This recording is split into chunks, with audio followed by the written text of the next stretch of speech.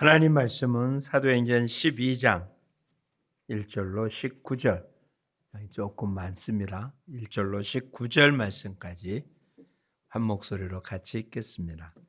그때 헤롯 왕이 손을 들어 교회 중에서 몇 사람을 해하려 하여 요한의 아들 야고보를 칼로 죽이니, 유대인들이 이 일을 기뻐하는 것을 보고 베드로도 잡으려 할세 때는 무교절 기간이라.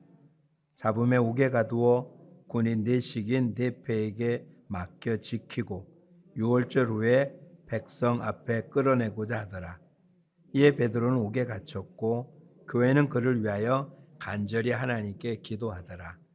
헤롯이 잡아내려고 하는 그 전날 밤에 베드로가 두 군인 틈에서 두 쇠사슬에 매여 누워 자는데, 파수꾼들이 문 밖에서 옥을 지키더니 호련히 주의 사자가 나타나매 옥중의 광채가 빛나며 또 베드로의 옆구리를 쳐 깨워 이르되 급히 일어나라 하니 쇠살이 그 손에서 벗어지더라.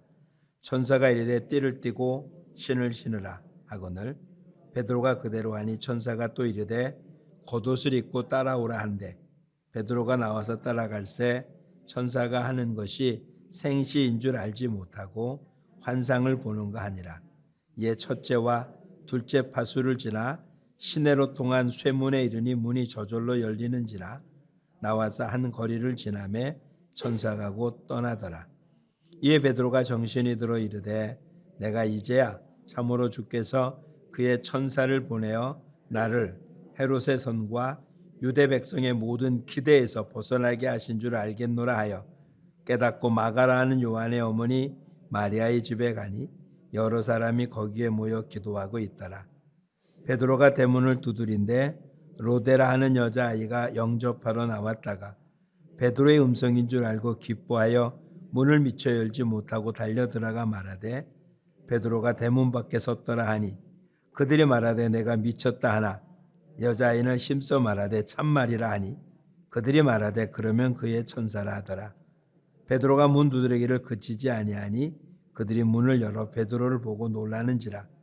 베드로가 그들에게 손짓하여 조용하게 하고 주께서 자기를 이끌어 옥에서 나오게 하던 일을 말하고 또 야고보와 형제들에게 이 말을 전하라 하고 떠나 다른 곳으로 가니라. 날이 새매 군인들은 베드로가 어떻게 되었는지 알지 못하여 적지 않게 소동하니 헤롯이 그를 찾아도 보지 못하며 파수꾼들을 신문하고 죽이라 명하니라. 헤롯이 유대를 떠나 가이사랴로 내려가서 머무니라. 아멘. 올해 표를 함께 제창합니다. 나가 복음을 전하자. 지금부터 20년 전에 우리 놀라운 한 구호를 외쳤던 것을 기억합니다.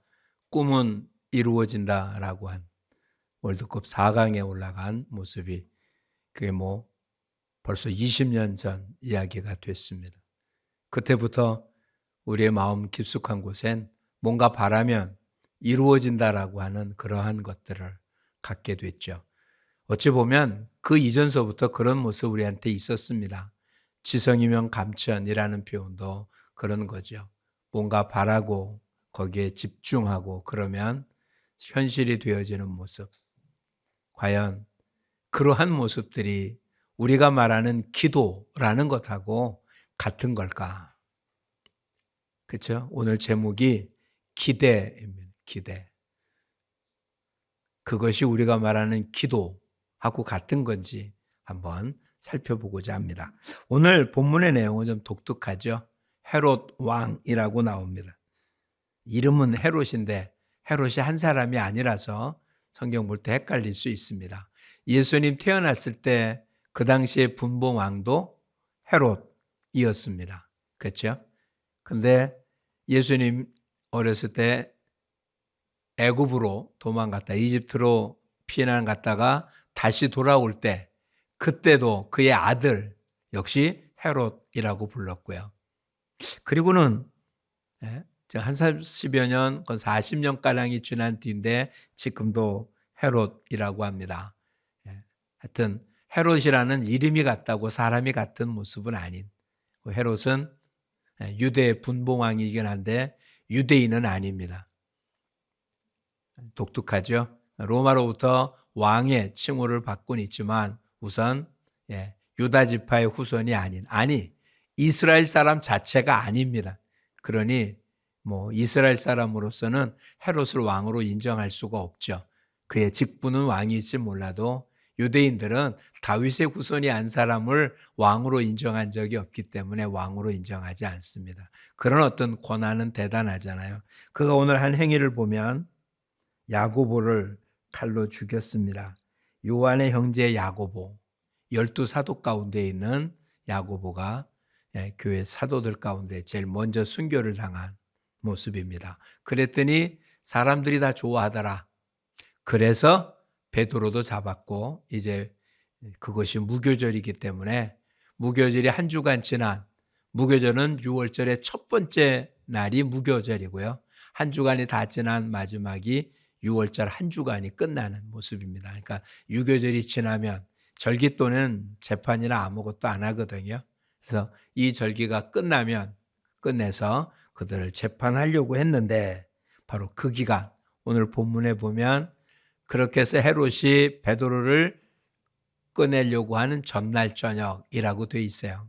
그러니까 내일은 이제 재판에 넘겨져야 될 그런 상황에 그 전날 저녁에 천사가 베드로를 깨워서 속에 잔 쇠사슬을 풀고 옥문을 열고 그 다음 첫째 문, 둘째 문을 열어 시내에 내보낸 여태까지 베드로는 그것이 다 환상인 줄 알았습니다. 그런데 이제 모든 것 다 나온 뒤에 봐서 이게 환상이 아니란 걸 알고 베드로는 이렇게 표현하고 있음을 성경이 기록하고 있죠. 11절에 정신이 들어서 내가 이제 참으로 주께서 그의 천사를 보내어 나를 헤롯의 손과 유대 백성 모든 기대에서 벗어나게 하신 것을 알겠노라.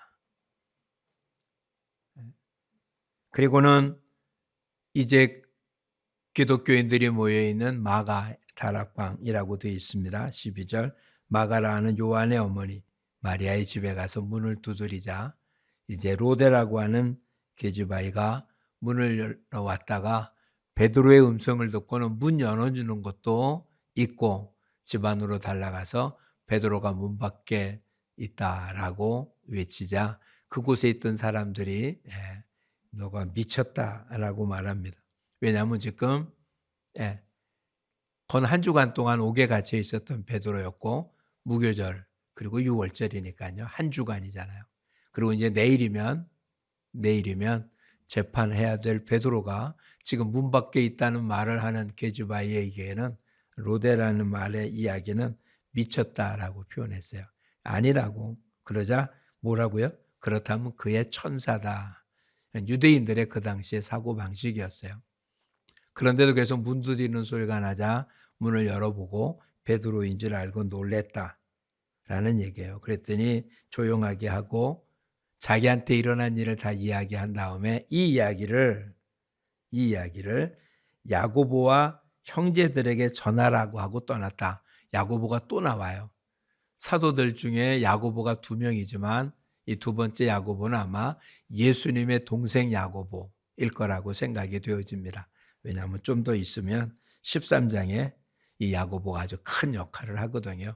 그 역할을 한 야고보는 이미 죽은 요한의 아들 말고 또 야고보가 하나 있는데 그 야고보가 아닌 예수님의 동생인 야고보라고 생각이 되어집니다. 그에게 전하라고 얘기하고 베드로는 어디론가 떠났고 사람들이 찾다가 못 찾습니다. 그때 헤롯이 그를 지켰던 군인들을 신문하고 죽였다. 이 얘기가 오늘 우리가 읽은 본문의 내용입니다. 이 본문의 내용 속에 일단 정치인은 사람들이 기뻐하는 일을 한다. 이런 이야기죠. 옳고 그름의 얘기가 아니라 야고보를 칼로 죽였더니 유대인들이 기뻐하는 것을 보고 그래서 그 일을 계속하려고 합니다. 그게 옳으냐 그르냐 그게 진리냐 아니냐 이것이 중요한 게 아니라 사람들이 어떠냐죠. 이건 30년 전으로 거슬러 몇 년이 된지 모르지만 거슬러 올라가도 마찬가지입니다. 예수님의 재판 때도 어떻게 했습니까? 분명히 빌라도는 아무런 죄가 없다고 인정해 놓고도 밀란이 일어날까 봐 그들이 원하는 대로 사형의 자리에 넘겨줍니다. 그게 세상 인심이라는 거예요. 그게 정치라는 겁니다. 세상의 정치는 옳고 그름이 아니에요. 다수가 원하는 대로 아니면 힘 있는 자가 원하는 대로 나아갈 수밖에 없고, 근데 그 힘은 좋아하는 것을 해줌으로 그 힘을 이어가고 있는 거예요. 그러니까 잊으면 안 돼요. 왜 예수님께서 우리 보고 좁은 길을 가라고 했을까? 넓은 길은 무조건 잘못됐다는 이야기는 아닙니다. 근데 좁은 길, 좁은 문에 가장 중요한 것은 사람이 무엇을 원하느냐는 거예요.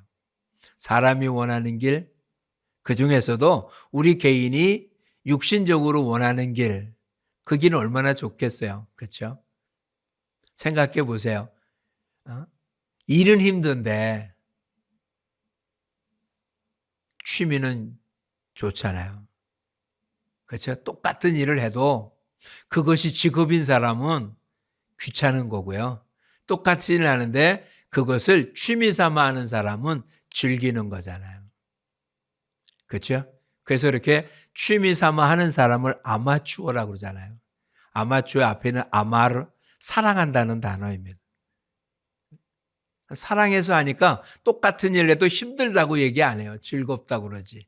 그런데 그 일이 직업인 사람은 그건 기쁘지 않잖아요. 자, 그렇다면 보통 우리들이 기뻐하는 일은 내가 좋아하는 일이잖아요. 내가 좋아한다는 건 대부분 뭘까요? 육신이 좋아하는 일이거든요. 그러니까 육신이 좋아하는 일, 또 자기의 지위나 인기를 수호하기 위해서는 이렇게 맞춰줘야 되는 일, 그 길이 넓은 길인 거예요. 그래서 자기 딴에는 굉장히 자기 권력을 지킬 수 있을 것 같은데 문제는 하나님의 뜻을 어기게 된다는 거예요. 이제는 그러니까 그게 기쁘냐, 기쁘지 않냐, 많은 사람이 좋아하냐, 좋아하지 않냐가 우리의 선택의 근거가 돼서는 아니 됩니다. 우리의 선택의 근거는 그것이 하나님이 원하냐는 거죠. 오늘 다시 한번 보십시오. 유대인들이 이 일을 기뻐함으로 지금 여러분이 하고자 하는 일은 누가 기뻐하기 때문에 그 일을 하고자 하는 것입니까? 주일 예배 드리는 것은 누가 기뻐하기 때문에 이 일을 하는 겁니까? 기도하는 것은, 헌금하는 것은, 전도하는 것은 그 일을 통해서 어떤 기쁨을 누가 기뻐하기 때문에 그 일을 하는 것인가 한번 살펴볼 수 있기를 바랍니다. 열심히 하긴 하는데 주일이라고 열심히 하긴 하는데 주님이 이렇게 말씀하신 거 기억하시죠? 두 사람이 밭에서 매를 가는데 한 사람 들림받고 한 사람 남습니다. 맷돌을 가는데도 똑같이 일을 하는데도 어떤 사람은 들림받고 어떤 사람은 들림받지 않아요. 기준이 뭘까요? 없어요. 그 본문에는 어떤 기준이 몰라요. 하나님이 들림하는 자가 있고 하나님이 들지 않는 자가 있다라고 이야기하는 거예요. 성경 전체를 통해서 보면 이런 얘기죠. 똑같이 하나님의 일인 영적인 일을 하는 것 같은데 그 일을 통해서 하나님이 기뻐하기 때문에 그 일을 하는 건지 그 일이 자기의 기쁨을 위해서 하는 일인지는 하늘과 땅의 차이인 거예요. 여러분은 지금 주의 일이라고 불려지는 보통 우리가 영적 일이라고 하는 일을 왜 하는지, 그 일이 정말 성령 충만한 상태에서는 하나님이 시킨 일이 기쁠 수 있습니다. 그게 자연스러운 걸 거예요. 근데 대부분 우리는 하나님의 일이 그렇게 편안하고 기쁘고 즐거운 것만은 아닙니다. 왜냐하면 그것이 일상 우리의 생활 속에 많은 걸림돌이 돼요. 모조리 그렇지는 않지만 많은 부분은 그래요. 그렇죠? 어떨 때는 피치 못할 약속들이 있고 움직여야 되는데 그게 예배 시간 겹칠 수 있잖아요. 이런 식의 모습이 우리한테 수없이 많습니다. 그래서 하나님의 일이 좋긴 한데 다 기쁘지만은 않거든요. 근데 이제 결정해야 돼요. 우리가 하는 일은 내가 좋아서 싫어서 이것은 결정하고 안 하고의 근거가 아니라 하나님이 원하는 것이 무엇인지를 아는 거죠. 그래서 로마서 12장에 뭐라고요? 하나님의 뜻이 무엇인지 분별하라고요. 하나님의 뜻이 무엇인지 분별하는 건 뭘까요? 이 일을 하나님이 기뻐하는지 기뻐하지 않는지를 구별하라는 거잖아요. 그러니까 이제는 그 일이 우선입니다. 자칫 잘못하면 정치적 노름에 놀아나는 거예요. 옳고 그름이 아니라 많은 사람이 가니까. 저와 여러분은 많은 사람이 움직여서가 아니라 그것이 하나님이 원하기 때문에 아마 이게 어떻게 될지 몰라도 얼마 뒤에는 차별금지법과 비슷한 법은 반드시 이루어질 거예요. 왜? 많은 사람들이 원하기 때문에. 근데 그렇게 되어지면 정말 큰 문제가 생길 겁니다. 동성애에 대해서 그게 죄라는 말이 공식적으로 선포하지 못하게 될지도 몰라요. 그렇게 되면 법적인 책임을 물어야 될지도 모르겠죠. 근데 그래도 외쳐야 되지 않겠어요? 아닌 건 아니라고 말해야 되지 않겠어요? 그러니 지금 마음 단단히 먹어야 돼요. 아직까지 우리는 신앙이라는 것 자체 때문에, 신앙의 행위 때문에, 하나님의 말씀을 따르는 것 때문에 사회와 크게 부닥힘을 갖지 않았습니다. 신앙생활 자체가 신앙의 자유라는 이름으로 법적인 보호를 받고 있었음에 틀림이 없거든요. 근데 시간이 지날수록 그 보호막은 점점 옅어질 거고요. 심하게는 종교라는 이름으로 보호막을 주지만 종교라는 이름으로 하나님의 말씀을 거역하는 일이 이 땅에 생기게 될 거예요. 세상이 하나님의 나라를 거역하는 게 아니고요. 종교라는 이름으로. 세상 사람들은 기독교나 불교나 천주교 다 똑같거든요. 종교는 다 같다라고 보는데 그 종교의 이름으로 특별히 기독교만 받게 할 때가 오게 될 거라고요. 그래서 이제부터 선택을 해야 돼요. 그냥 편안한 길을 갈 건지. 아무 말 안 하면 편안해요. 표현 안 하면 되는 거예요. 눈 감고 살면 편안한 거예요. 근데 하나님의 길을 걸으려면 사람들이 아니라고 할 때 그것은 옳다라고 얘기해야 될 거고 사람들이 옳다고 할 때 그게 아니라고 말해야 될 때가 반드시 올 거예요. 그때는 우리 목숨을 걸어야 될 겁니다. 근데 지금처럼 편안할 때도 지금은 무슨 얘기를 해도 특별하게 눈을 째려보는 정도밖에 안 되는 이때에도 우리가 옳은 말을 하지 못한다면 법적으로 맞고 목숨을 위협할 때 옳은 말을 할 수 있겠습니까? 예레미야는 이렇게 말했습니다.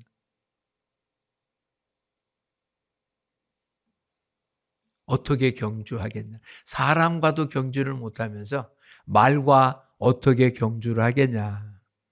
지금이 앞으로 있을 일에 대한 준비입니다. 사람들은 사람이 기뻐하는 일을 하기 때문에 자기들이 기뻐하지 않는 일을 강요하는 것을 무척 싫어합니다. 그래서 전도를 싫어하는 거예요. 자기들이 선택할 텐데 왜 전하냐는 거잖아요. 생명의 길이기 때문에 그런 거예요. 이렇게 옥에 갇히고 맞고 하면서도 왜 이들이 복음을 전합니까? 그게 옳은 길이니까요. 그게 생명의 길이니까요. 저와 여러분도 마찬가지인 거예요. 옥에 안 갇혔다고 생각하십니까? 말하고 있지 않으면 옥에 갇혀 있는 거예요. 옥이라는 게 뭡니까? 아무런 활동도 못하는 거잖아요. 근데 오늘 본문에 보니까 그렇게 옥에 갇히자 교회는 어떻게 했습니까? 5절에 교회는 그를 위하여 간절히 하나님께 기도하더라. 베드로를 어떻게 할지는 이미 뻔해요. 왜? 베드로를 가둔 이유가 뭐였습니까? 야고보를 죽이자 유대인들이 기뻐해서 베드로를 가둔 거잖아요. 이게 만약에 무교절 유월절 절기가 아니었다면 붙잡자마자 재판을 했을 거고 그리고는 사형에 처했을 거예요. 근데 하필 그때가 절기 기간이기 때문에 못한 거고 절기가 끝나면 그 일을 하려고 합니다. 이건 뭐 다른 일이 아니에요. 뭐라고 얘기했냐면 무교절 기간이니 잡아두고 6월절 후에 백성 앞에 끌어내고자. 왜 끌어냅니까? 사람들이 보는 앞에서 죽이려고 한 거죠. 재판하려고 했던 건 아닐 거예요. 그러니 오늘 밤만 지나면, 근데 잡힐 때서부터 그것이 뭐 길어봐야 한 주간이잖아요. 절기 자체가 한 주간이니까 이 기간 내내 기도했다는 거잖아요. 근데 놀라운 사실은 오늘 본문 속에 베드로가 기도했다는 말은 없습니다. 근데 베드로 굉장히 편안했어요. 마지막 날도 뭐 하고 있었습니까? 신발은 벗고 있었고요. 겉옷도 벗고 있었고요. 띠를 풀려면 겉옷은 벗겨질 수밖에 없어요. 겉옷은 이렇게 소매가 있거나 그러지 않거든요. 일종의 둘둘 두루 말아서 띠로 묶을 수밖에 없는 건데 끈을 풀르면 겉에 옷은 벗어지게 됩니다. 그리고 양손에 착고가 채웠고 발에도 착고가 채웠을 것 같아요. 왜 4명이 지키고 있었으니까. 그냥 오간에 가두고 지킨 게 아니고요. 본문에 보면 4명씩 4사람이 함께 지키고 있어서 옷 가운데 같이 있었어요. 근데 그게 풀리고 옆구리를 쳐서 깨워서 신을 신어라. 겉옷을 입고 띠를 둘러라. 그랬더니 손목에 착고가 풀렸었으니까 옷을 입고 쇠문이 열려서 나오고 이런 일을 보면서 본인은 뭐라고 생각했다고요? 환상이라고. 자, 2-3가지의 모습을 생각해 보겠습니다. 우선 기대를 보죠. 유대인들은 어떤 기대를 했습니까? 이 절기가 끝나면 어떡할 거라고요? 예수라고 하는 이단을 쫓는 야고보를 죽인 것처럼 베드로도 죽여서 이 땅에 그를 추종하는 모든 이들이 없어질 거다라는 기대를 가졌고요.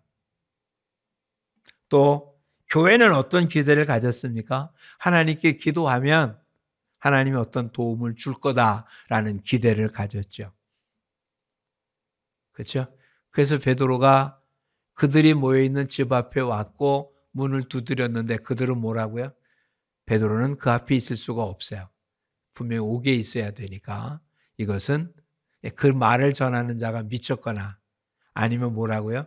베드로의 천사일 거다. 자신들이 원하는 기대가 이루어졌는데도 그걸 몰라요. 기도했는데 기대는 그렇게 됐으면 좋겠다는 바람이에요. 기도는 하나님이 그렇게 해주시는 거예요. 비슷하지만 완전히 달라요. 그러니까 세상 모든 사람은 무엇을 하는 겁니까? 기대하는 거예요. 절대로 기도하는 거 아니에요. 근데 기독자는 다 기도합니까? 아니요. 기독자도 기도라는 이름으로 기도하지만 기도하는 게 아니라 기대인 거예요. 그래서 그것이 이루어질 때만, 그게 눈앞에 나타날 때만 하나님이 해주셨다고 그렇게 이야기를 해요. 그렇다면 우리는 기도하는 겁니까? 기대하는 겁니까? 우리의 많은 부분은 기도하는 게 아니라 기대하는 거예요. 수없이 기도하면서 실망하는 이유는 뭘까요? 안 이루어졌으니까. 이루어졌으면 기대가 아니죠. 그는 성취된 거니까. 그런데 잘 생각해 보면 원한 건 많았는데 이루어졌다라고 생각하면 그리 많지는 않아요. 그렇죠? 뭐 사소한 것들은 뭐 생각도 안 했지만 큼직한 것들은 계속 기대만 하고 있어요. 근데 기도는 결코 그렇지 않습니다. 일단 기도의 대상이 누굽니까? 하나님입니다. 그렇죠? 우리가 기도하는 기도의 대상은 하나님입니다. 근데 기대는 대상이 있습니까? 그렇게 됐으면 좋겠다라고 하는 거지. 그것을 이룰 수 있는 인격체가 존재하는 게 아니잖아요. 그렇죠? 누구나 기대는 하잖아요. 즉 나름대로 다 뭐 한다고요? 기도한다고요. 믿지 않는 사람도 잘 되기를 기원한다고 그러잖아요. 다른 말로 바꿔보세요. 뭐 한다는 거라고요? 기도한다는 거잖아요. 기원을 하든 기대를 하든 기도를 하든 어떤 용어를 썼든 그 일을 이루는 주체가 없는 게 기대인 거예요. 여러분의 기도를 듣는 주체가 없습니까? 그러면 기대예요. 또 여러분이 바라는 것을 이룰 수 있는 능력이 하나님에게 없다면 기대죠. 됐으면 좋은 거고. 동양적 사고방식에 의하면 하늘이 감동할 수 있는 방법은 뭐라고요? 지성이에요. 지성이면 감천이잖아요. 그러니까 하늘이 주도적으로 무엇을 하는 게 아니라 지성이면 어떤 일이 이루어질지도 모르는 기대잖아요. 교회는 베드로를 위해서 열심히 하나님께 기도했습니다. 무엇을 기도했는지는 내용은 없어도 비슷한 내용은 우리가 알겠죠. 안전하도록, 문제가 없도록, 생명이 보존되고 하나님을 계속할 수 있도록, 내용 자체는 몰라도 그런 식의 모습으로 한 주간 내내 기도하지 않았겠습니까? 근데 문제는 그게 이루어진다면 언제 이루어집니까? 내일 사람들 앞에 내놨을 때 어떠한 결과로 나타날지를 지금 따지고 있었는데 하나님은 그렇게 하지 않으셨잖아요. 이게 아주 중요한 표현이에요. 일단 기도는 인격적 대상이 있다는 거예요. 우리의 바람 자체가 아니고요. 우리의 사정을 아뢰는 그런 인격적 존재인 하나님이 계십니다. 삼위 하나님 가운데 성부 하나님께 기도하는 거예요. 예수님께 기도하는 게 아니고요. 하나님이니까 함께 묵들이면 마찬가지지만 삼위로 나눠본다면 예수님의 이름으로 아버지께 기도하는 거지. 성령이나 예수님께 기도하는 게 아닙니다. 그러니까 아버지가 기도를 들으시는 분이고 기도를 응답하시는 분이에요. 그분은 인격제잖아요. 그분은 전능하신 분이에요. 그분의 손에서 능치 못함이 없습니다. 그러니 우리가 바라고 원하는 것이 이루어지고 안 이루어지는 것은 우리가 얼마큼 정성을 들이느냐에 달린 게 아니라 아버지가 어떤 계획을 갖고 있느냐예요. 하나님이 원하시는 일이 이루어지는 거지 우리가 바라는 게 이루어지는 게 아닌 거예요. 그래서 어느 때는 전혀 우리가 원하지 않는 일이 우리 앞에 생기고 우리가 원하는 일은 우리한테 이루어지지 않아요. 우리가 아무리 기도해도 금식해도 목숨을 걸고 주님 앞에 정말 나 이제 죽는다고 그렇게 땡깡을 부려도 하나님이 원하지 않는 일은 이루어지지 않습니다. 그래서 기도는 뭐냐? 하나님이 원하는 것이 이루어지는 게 기도인 거예요. 다시 얘기하면 하나님이 원하는 게 무엇인지 아는 게 기도인 거예요. 기도 시작은 어떻게 했습니까? 나한테 원하고 바라는 것으로 시작을 하는 거죠. 그러지 않으면 구할 이유가 없으니까요. 근데 내가 원하는 것이 이루어지는 게 기도의 완성이 아니고요. 나는 내가 원하는 걸 구했는데 이걸 통해서 아버지가 원하는 게 무엇인지 아는 것, 그게 기도인 거예요. 어떤 경우에는 그래서 사도 바울은 뭐라고요? 자기한테 질병이 그냥이 아니에요. 사탄이 준 가시라고 표현했거든요. 이를 위해서 하나님께 3번씩이나 기도했는데 그때 주신 하나님의 말씀이 뭐였습니까? 내 은혜가 내게 족하다예요. 하나님 안 고쳐주시잖아요. 근데 안 고쳐주는 자체가 하나님의 뜻이라고요. 오히려 그것이 더 낫다고요. 그 병에서 나은 것보다 그 병 앓고 있는 게 낫다고요. 그리고 표현했어요. 약한 그때가 강합니다. 나는 약하지만 나를 사용하는 하나님은 약한 나를 더 강하게 쓰시니까 내가 강해지면 오히려 하나님이 일 안 하신다면 약한 게 난 거잖아요. 우린 계속 착각을 하고 있어요. 하나님이 내가 원하면 다 들어줘야 되는 것처럼. 안 이루어지는 이유는 내가 정성이 부족했기 때문에 아니면 내가 뭔가 부족한 게 있어서 그것만 메꿔지고 내가 더 열심히 한다면, 평상시 기도를 안 되면 철회한다면, 그것도 안 된다면 금식한다면, 주님께 졸르면 자식이 있는 부모 없듯이 하나님이 해주실 것처럼, 그러면 성경이 말하는 하나님이 아니에요. 하나님은 누구에 의해서 움직이시는 분이 아니고요. 하나님 본인의 결정에 의해서 모든 걸 지배하시고 다스리시는 주관자이세요. 그러니 이제는 진정한 기도를 드린다는 것은 아버지의 뜻이 무엇인지를 깨닫는 거예요. 그럼 좀 우리 입장에서 좀 억울하잖아요. 그렇죠? 누구는 건강한 모습으로 주님을 잘 섬기는데 왜 나는 이렇게 아프고 힘들고 어려운 환경에서 주를 섬겨야 되는지, 그렇죠? 억울할 수 있잖아요, 분명히.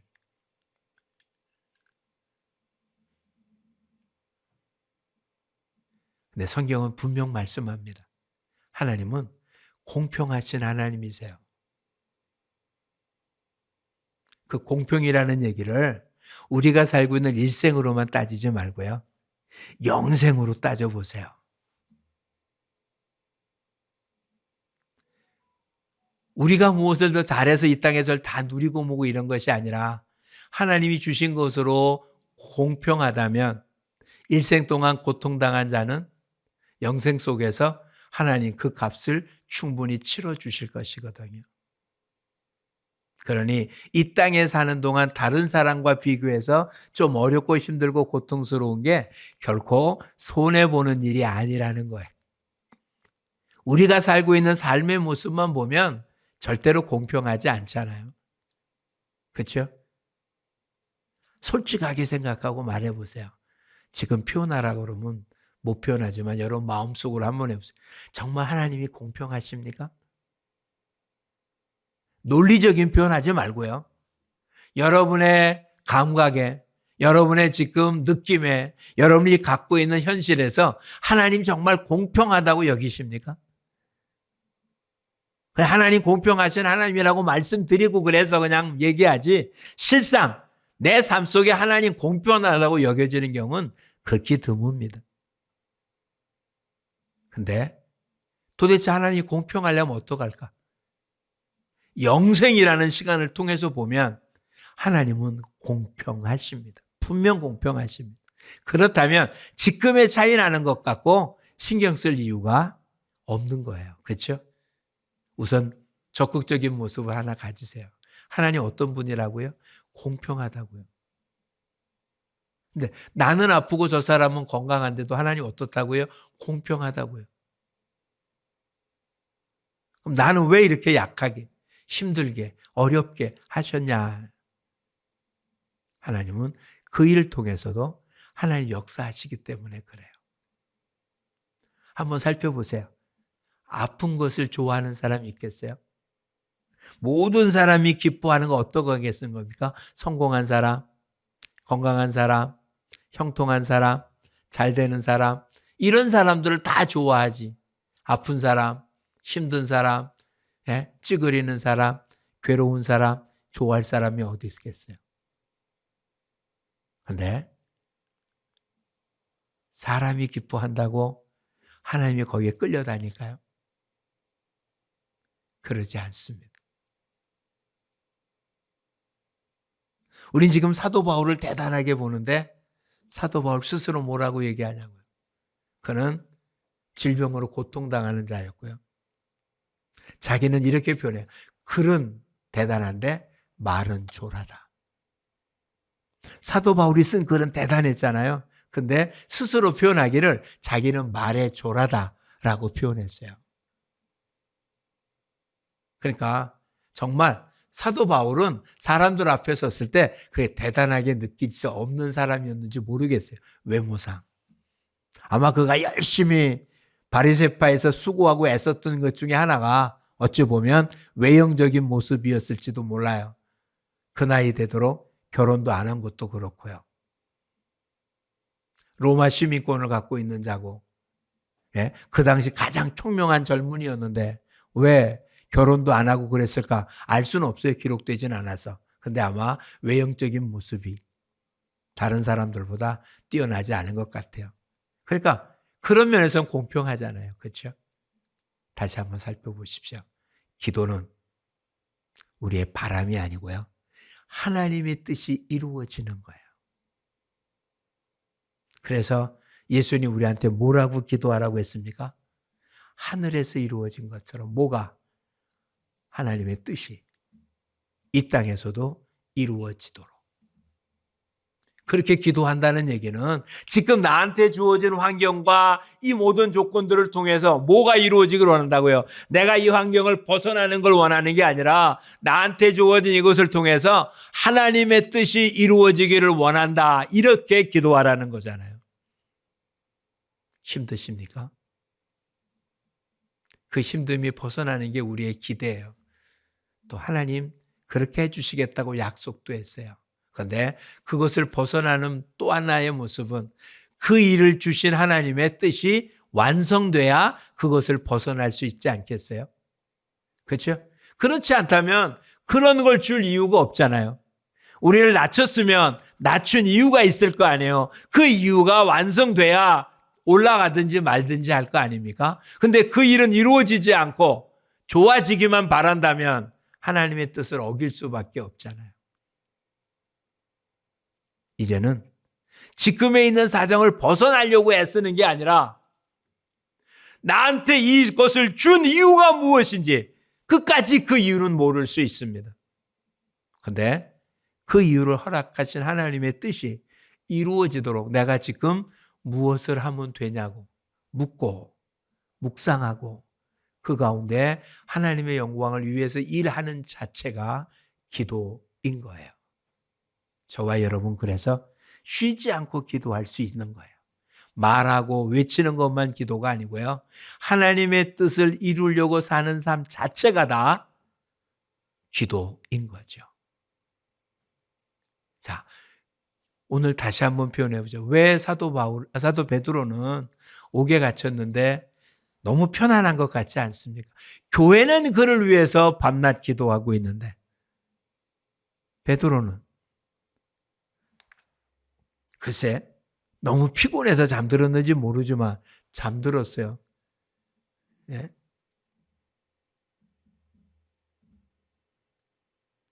7절에 보면 옥중에 광채가 나고 그런 어떤 변화가 있었는데 천사가 옆구리를 쳐야만 깰 정도로 잠을 자고 있었어요.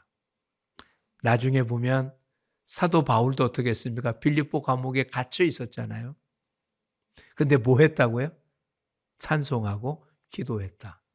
그랬더니 지진이 나며 옥문이 열렸습니다. 근데 베드로는 그러지도 않았어요. 어떻게 보면 지금 갇히게 되든 뭐 하게 되든 자기를 허락하신 하나님이 어떻게 할 거라고 완벽하게 믿고 있는 상황 같아요. 이것이 돼서 내일 죽는다 할지라도 이미 야고보는 순교당했잖아요. 죽는다 할지라도 하나님의 뜻 가운데 이루어지는 히브리 11장에 뭐라고요? 더 살기 위하여 구체 자기 생명을 위해서 자기 생명을 구걸하지 않았다라고 표현했거든요. 죽고 사는 걸 주님 앞에 맡겨놓은 이에게는 사랑하는 자에게 뭘 준다고요? 잠을 주신다고요. 불면증 이야기가 안 해요.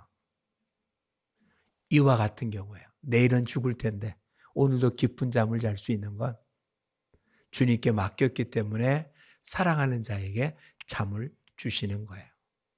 그리고는 깨어난 뒤에 그게 환상인 줄 알았다가 깨어난 뒤에 뭐라고요? 그의 천사가 나를 보내서 그들의 기대를 무너뜨렸다. 뭔지 아세요? 기도가 이겼다. 이런 이야기예요. 그들의 기도는 내일이면 끝나는 기대였잖아요. 그런데 그들의 기도를 끊어버렸어요. 기도가 이겼잖아요. 한 가지 더 해야 돼요. 교회의 기대를 끊어야 돼요. 그렇죠? 교회도 기도했지만 실상은 기대였잖아요. 기대가 아니라 현실이라는 사실을 보여줘야 되잖아요. 그래서 그 앞에 와서 문을 두드립니다. 보세요. 베드로는 그곳에 들어가 있지도 않았어요. 문에 들어가서 말만 하고 그냥 딴 곳으로 가서 어디 갔는지 몰라요. 그곳에 있으려고 하지 않았어요. 하나님이 무슨 일을 했는지 보여준 것만으로 끝난 거예요. 즉 교회는 이런 거라는 거라요. 하나님의 뜻이 완성되는 곳, 그게 교회잖아요. 그 교회의 가장 축소판이 저와 여러분이잖아요. 저와 여러분의 삶 자체는 뭐라고요? 하나님의 나라와 하나님의 뜻이 이루어지는 곳이에요. 그걸 왜 우리는 이루지 못합니까?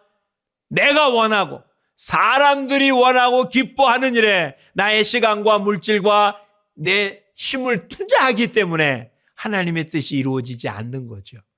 이제는 사람이 기뻐하는 일, 내 육체가 원하는 일, 내가 기대하는 일을 포기하고 하나님이 원하는 일, 마태복음에 기록되어 있는 그대로입니다. 먼저 그의 나라와 그의 의를 구하면 이 나머지는 하나님이 채워주십니다. 그 나머지가 뭡니까?